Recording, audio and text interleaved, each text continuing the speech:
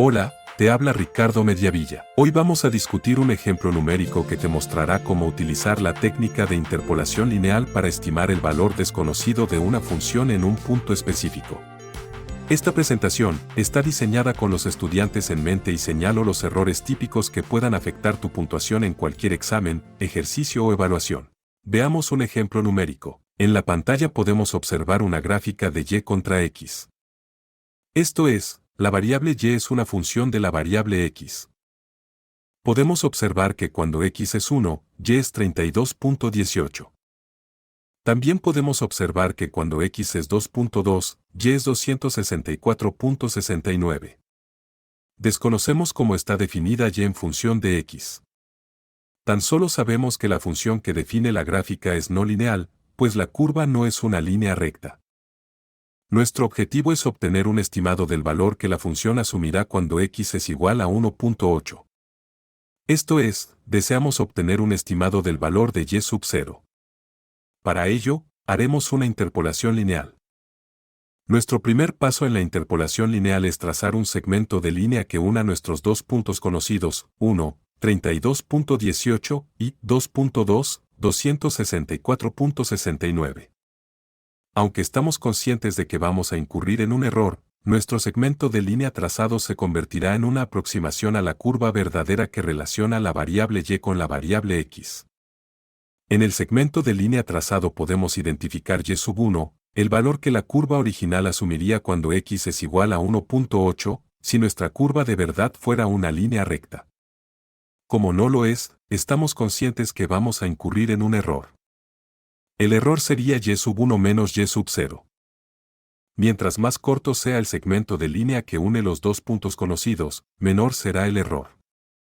En muchas aplicaciones, como, por ejemplo, la interpretación de gráficas, el poder contar con un valor numérico estimado, aunque incurra en un pequeño error, es mucho más conveniente que no contar con ningún valor numérico. Lo importante es estar consciente de la existencia de un pequeño error. Ahora, siguiendo el siguiente procedimiento, dibujaremos un triángulo rectángulo. Primero, la hipotenusa, esto es, el lado más largo del triángulo rectángulo, va a quedar delimitada por las coordenadas de nuestros dos puntos conocidos. Estos dos puntos conocidos se convertirán en dos de los tres vértices de nuestro triángulo rectángulo. Segundo, la base de nuestro triángulo rectángulo va a ser paralela al eje de x y se origina en uno de los dos vértices previamente identificados. Tercero, la altura de nuestro triángulo rectángulo va a ser paralela al eje de y se origina en el segundo vértice previamente identificado.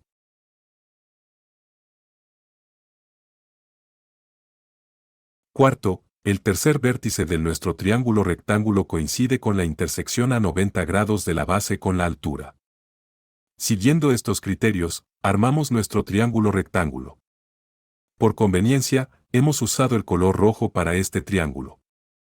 Ahora, siguiendo el siguiente procedimiento, dibujaremos otro triángulo rectángulo, en esta ocasión, de color verde. Primero, la hipotenusa va a quedar delimitada por el vértice del triángulo rojo con ángulo distinto a 90 grados y más cercano al eje de x, y el punto y sub 1. Estos dos puntos conocidos se convertirán en dos de los tres vértices de nuestro triángulo rectángulo.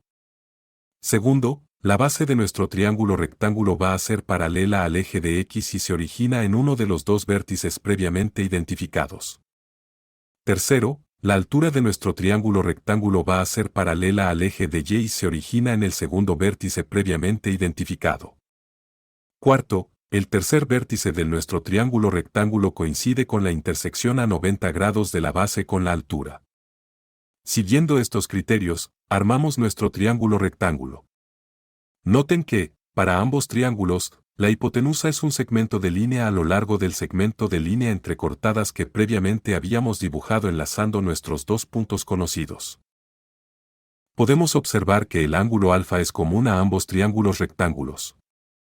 Como ambos triángulos son rectángulos, ambos triángulos cuentan con un ángulo de 90 grados. Sabemos que la suma de los tres ángulos de cualquier triángulo nos da 180 grados. El tercer ángulo, para ambos triángulos, deberá asumir el valor de 180 menos la suma de 90 grados y alfa.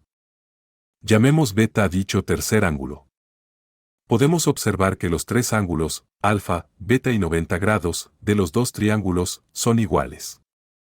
Esto nos permite clasificar el triángulo rojo y el triángulo verde como triángulos semejantes.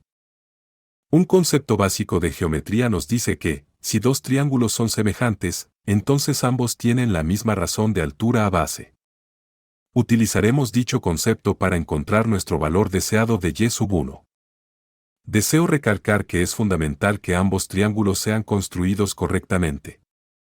De hecho, cualquier error en la construcción de cualquiera de los dos triángulos producirá resultados erróneos. Por otro lado, los triángulos rectángulos y sus propiedades nos permiten razonar y resolver cualquier problema de interpolación lineal sin tener que memorizarnos fórmula alguna. Créanme, es mucho más fácil razonar para poder resolver un problema matemático que depender de fórmulas que fácilmente se nos pueden olvidar o confundir, especialmente bajo la tensión y limitación de tiempo de un examen o evaluación. Ahora calcularemos la razón de altura a base para cada uno de los dos triángulos rectángulos. La altura del triángulo rojo es la diferencia entre 264.69 y 32.18, esto es, 232.51. Un error típico es concluir que la altura del triángulo rojo es 264.69. La base del triángulo rojo es la diferencia entre 2.2 y 1.0, esto es, 1.2. Un error típico es concluir que la base del triángulo rojo es 2.2. La altura del triángulo verde es la diferencia entre y sub 1 y 32.18. Un error típico es concluir que la altura del triángulo verde es y sub 1. La base del triángulo verde es la diferencia entre 1.8 y 1.0, esto es, 0.8. Un error típico es concluir que la base del triángulo verde es 1.8. 232.51 dividido por 1.2 nos da 193.76, redondeando a dos cifras decimales. Resolviendo por y sub 1 obtenemos que y sub 1 es igual a 187.19. ¿Dicho resultado nos hace sentido? Veamos. Nuestra función asume un valor mínimo de 32.18 cuando x es igual a 1.0. Nuestra función asume un valor máximo de 264.69 cuando x es igual a 2.2. Como x igual a 1.8 se encuentra entre x igual a 1.0, y x igual a 2.2, y como estamos haciendo una interpolación lineal, entonces y sub 1 igual a 187.19 deberá ser mayor de 32.18, pero menor de 264.69. En efecto, así es. Por lo tanto, el resultado sí hace sentido. Siempre se recomienda verificar que los resultados obtenidos sean compatibles con lo que nuestro sentido común nos indica. Agradezco vieras este video, espero te haya gustado, y que te haya ayudado. De ser así, agradeceré hagas clic en el botón de like. En mi canal, al cual te puedes suscribir si así lo deseas, podrás encontrar otros videos sobre otros temas de matemáticas. Muchas gracias.